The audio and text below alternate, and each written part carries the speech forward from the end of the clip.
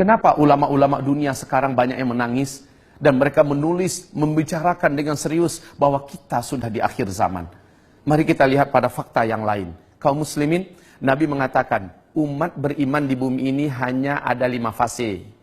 Fase pertama adalah fase kenabian, aku yang memimpin mereka. Fase ini berakhir dengan wafatnya Nabi Muhammad. Yang kedua adalah fase di mana para khalifah yang memimpin selama 30 tahun. Dan itu berakhir dengan wafatnya Khalifah Ali bin Abi Thalib. Fase yang ketiga, khalifah-khalifah yang menggunakan sistem kerajaan. Di dalamnya ada 3 dinasti. Dinasti Bani Amawiyyah, dinasti Bani Abbasiyah, dan dinasti Bani Utsmani. Dinasti ini telah berakhir pada tanggal 3 Maret 1924. Runtuhnya khilafah Islamiyah Al-Utsmani di Turki. Akhir fase ketiga. Kita masuk fase keempat, yaitu fase umat Islam tidak dipimpin oleh seorang khalifah pun. Tidak ada kekhalifahan di muka bumi. Inilah fase kita sekarang. Pada fase ini Nabi mengatakan Islam jadi pecundang. Kaum muslimin jadi bulan-bulanan. Mereka banyak tapi tidak berharga, tidak dinilai, dan betul-betul dalam keadaan ketertekanan dan luar biasa. Kondisi manusia yang hidup saat itu, hari demi harinya lebih buruk daripada hari sebelumnya. Dalam urusan ekonomi, dalam urusan politik, dalam urusan pendidikan, dalam urusan moral, dalam urusan keadaan alam. Apa saja keadaan makin ke depan itu makin jelek. Ini pada fase keempat. Fase ini pasti berakhir, kata Nabi. Yaitu dunia akan kembali dipimpin oleh khilafah Islamiyah. Dan CIA, Intelijen Amerika Serikat di New York Times telah menyatakan dan merilis pernyataan resmi. Menurut angka-angka hitungan mereka, dunia masa depan akan kembali dipimpin oleh khilafah Islamiyah di tahun 2020. Menurut KGB Rusia masih di New York Times, puncak-puncak khilafah Islamiyah di masa depan itu adalah tahun 2025. Artinya fase kelima sudah sangat dekat. Dan kaum muslimin, kelima fase ini akan ditutup dengan ditutupnya fase khilafah Islamiyah memimpin dunia. Tapi kata Rasul, tidak lama. Fase kelima hanya berjalan maksimal 9 tahun saja. Bukan 900 tahun. Bukan 90 tahun, hanya 9 tahun saja. Fase ini dipaksa, ditutup oleh Allah dengan cara seluruh orang Islam dan orang yang beriman kepada Allah di muka bumi serentak meninggal dunia. Kenapa? Terjadinya tanda besar kiamat yang ketujuh.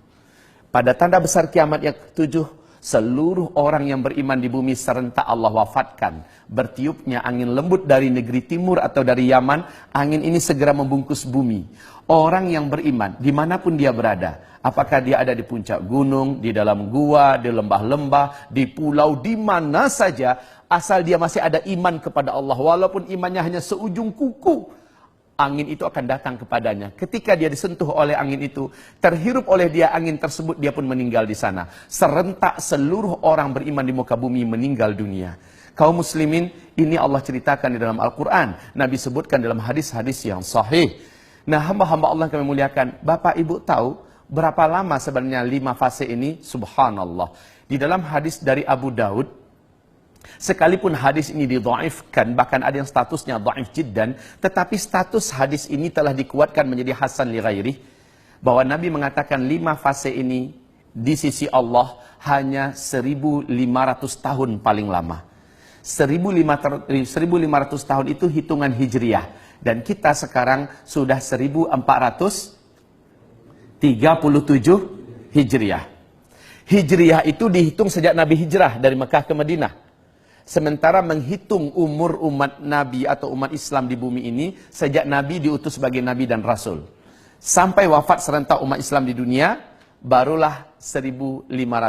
Kalau sekarang 1437, 13 tahun belum terhitung di Mekahnya Nabi, ditambahkan ke 1437. Berarti sekarang sudah 1450 kita orang Islam di bumi ini hidup.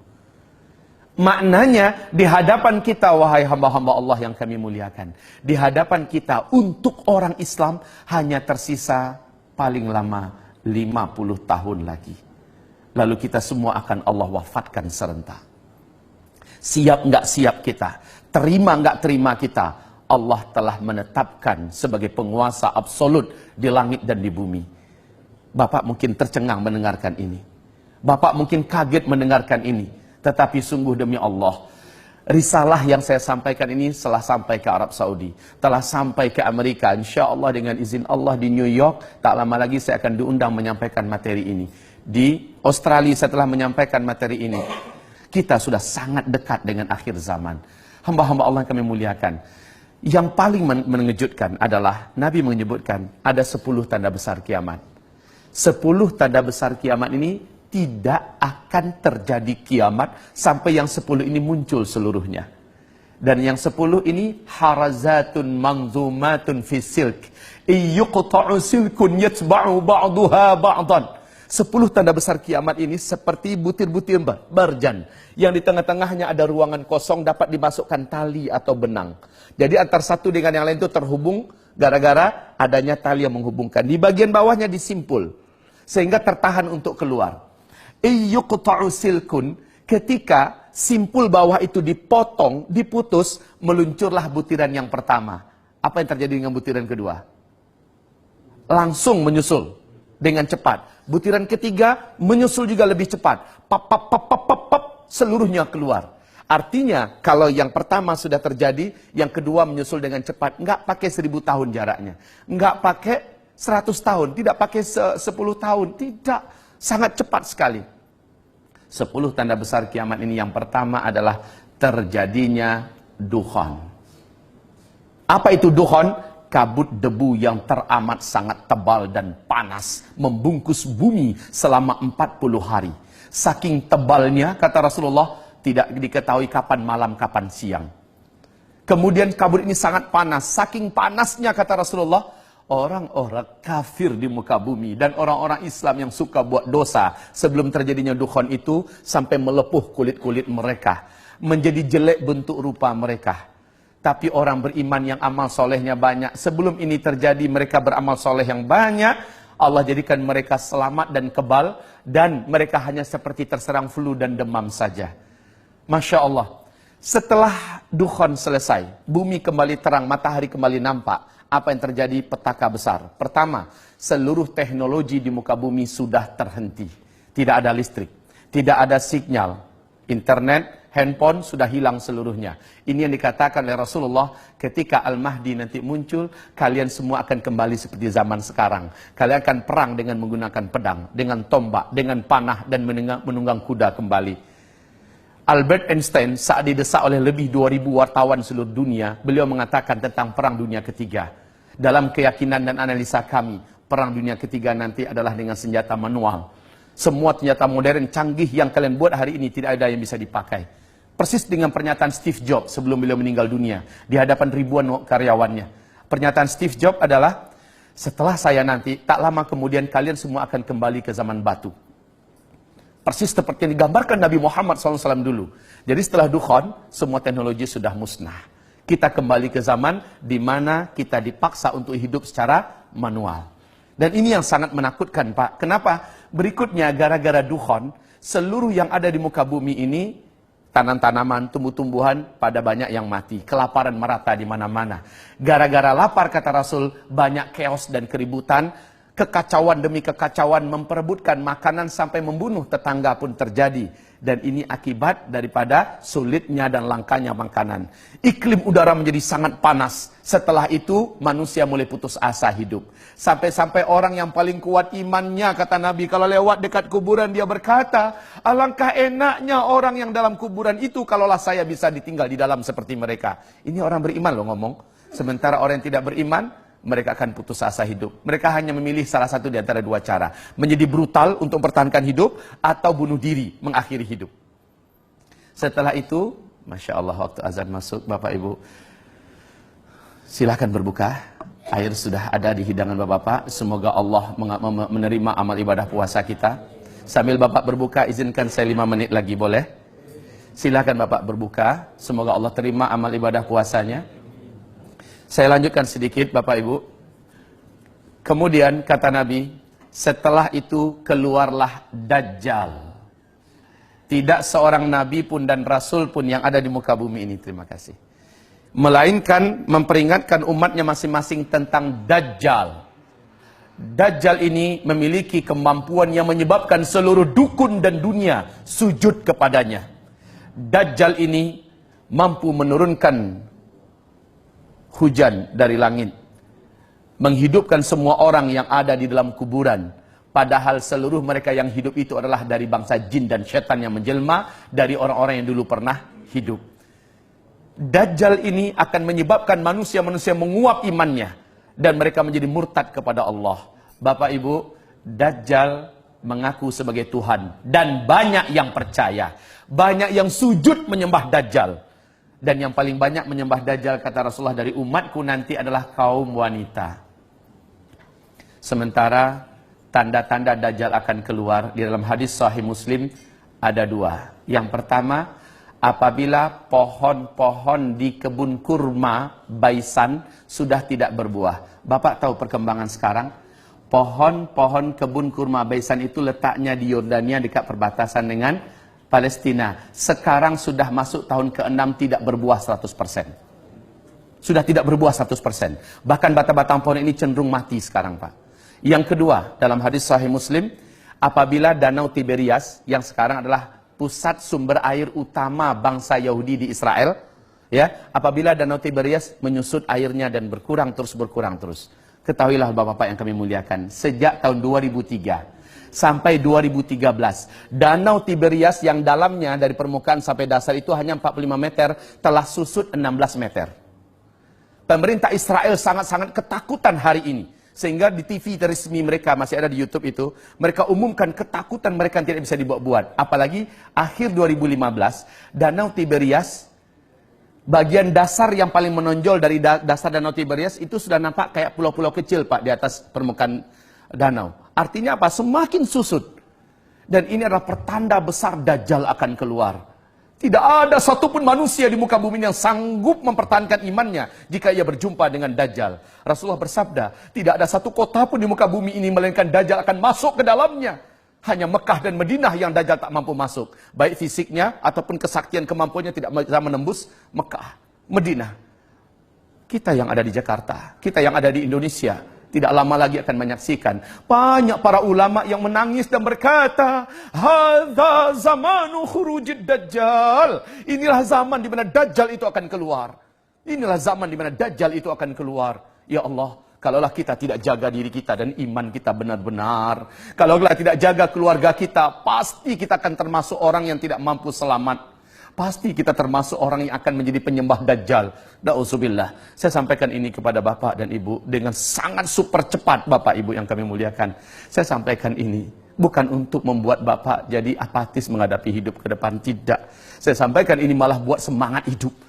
Seperti sahabat-sahabat Nabi ketika diuraikan tentang akhir zaman, mereka mengatakan ini akan terjadi di zaman kami. Lalu dampak yang terjadi apa? Mereka bersemangat memanfaatkan umur yang ada untuk mencari bagaimana timbangan amal mereka menjadi berat di sisi Allah. Mereka bekerja dengan amanah. Mereka betul-betul maksimal menggunakan waktu mereka menjadi manusia-manusia yang paling terbaik. Bila datang panggilan azan, mereka tidak mau lagi menunda waktu untuk melaksanakan sholat. Sujud di hadapan Allah, menangis lama-lama. Mereka maksimal berjuang. Bapak Ibu, Bapak-Bapak adalah pejuang yang luar biasa. Penyelamat dan pembela negeri. Tetapi Bapak adalah calon-calon mayat. Persis seperti orang-orang terdahulu. Mereka telah berbungkus kain kapan dan telah dilarikan ke dalam tanah, kembali ke asalnya. Lalu apa yang kita punya? Pangkat jabatan kita tidak berguna. Saat itu yang berguna adalah iman yang kita miliki. Amal yang kita sudah buat. Hanya itu. Ini akhir zaman. Tidak pun karena akhir zaman kita juga akan di stop oleh Allah dari kehidupan ini. Dan ini adalah sunnatullah. Wahai hamba Allah, ini Ramadan. Anggaplah ini Ramadan terakhir kita. Boleh jadi kita ke depan sudah ada di alam yang lain, ya kan? Kita tidak tahu rahasia apa yang akan Allah sembunyikan untuk diri kita. Yang pasti masa depan sudah semakin gelap. Tetapi kita masih hidup sekarang. Selagi masih hidup, maksimallah berbuat. Maksimallah berbuat. Jadilah manusia-manusia terbaik yang akhirnya dapat dibanggakan di bumi, dapat dibanggakan di langit, di dunia, bahagia, di akhirat, di dalam surga. Amin, ya Rabbal Alamin. Mari kita berdoa. Kita harapkan doa ini naik ke langit dan Allah turunkan segala kebaikan untuk kita semua. Astaghfirullahalazim, astaghfirullahalazim, astaghfirullahalazim. Alladzi la ilaha illa huwal hayyul qayyum wa atubu ilaih. Allahumma ighfir lil muslimina wal muslimat wal mu'minina wal mu'minat al ahya'i minhum wal amwat birahmatika ya sami'un qaribu mujibu da'awat. Ya Allah, ya Rahman, terimalah amal ibadah puasa kami satu hari ini, ya Allah. Dan jadikanlah berbuka kami ini adalah berbuka yang kau berkahi, ya Allah. Berilah kami kegembiraan dengan menjadi ahli surga karena kami telah mematuhi agamamu, ya Allah. Ampuni dosa-dosa kami di masa lalu yang pernah kami buat. Dalam keadaan lupa, dalam keadaan sadar atau tidak sengaja. Kami adalah manusia, bukan malaikat, ya Allah. Dan kami punya nafsu serta digoda syaitan. Pasti banyak dosa maksiat yang sudah kami buat. Ampuni dosa-dosa kami, ya Allah. Bila ternyata kami adalah manusia-manusia yang hidup di akhir zaman. Dan kami akan menghadapi huru-hara dan petaka yang besar. Sungguh iman kami sangat tipis dan amal kami masih sangat-sangat sedikit. Ya Allah, janganlah Engkau biarkan kami. Janganlah Engkau jadikan kami termasuk yang hanyut dalam fitnah akhir zaman. Selamatkan kami semua, ya Allah. Selamatkanlah para panglima-panglima kami yang ada, jenderal-jenderal kami yang ada, petinggi-petinggi militer ini yang ada, ya Allah. Berikanlah mereka hidayah-Mu, kuatkanlah iman di hati mereka, ya Allah. Kuatkanlah iman di hati mereka, ya Allah. Kuatkanlah iman di hati mereka. Jadikanlah mereka mencintai masa depan dan akhirat mereka lebih besar daripada cinta kepada dunia yang ada. Ya Allah, jadikanlah mereka semuanya mencintai Islam dan kaum muslimin melebihi segala-galanya. Jadikanlah mereka sebagai calon-calon penghuni surga-Mu kelak, ya Allah. Lindungi mereka dan selamatkan mereka dari api neraka-Mu, ya Allah. Dan janganlah biarkan Dajjal berhasil menjadikan mereka bala tentaranya, ya Allah. Tapi jadikanlah mereka bala tentara-Mu, ya Allah, di akhir zaman. Di mana mereka hanya berpihak untuk-Mu dan hanya demi-Mu dan karena-Mu, ya Allah. Ya Allah, ya Rahman, ya Rahim. Terimalah amal ibadah mereka semua. Terimalah solat mereka, puasa mereka, umrah dan haji mereka, sedekah dan infak mereka. Jadikanlah hati mereka mengkilat terang benderang karena cahaya iman yang Kau masukkan. Ampuni, ampuni, ampuni seluruh mereka, kami semua tanpa terkecuali. Ya Allah, selamatkanlah keluarga kami seluruhnya dari fitnah dan huru-hara petaka akhir zaman.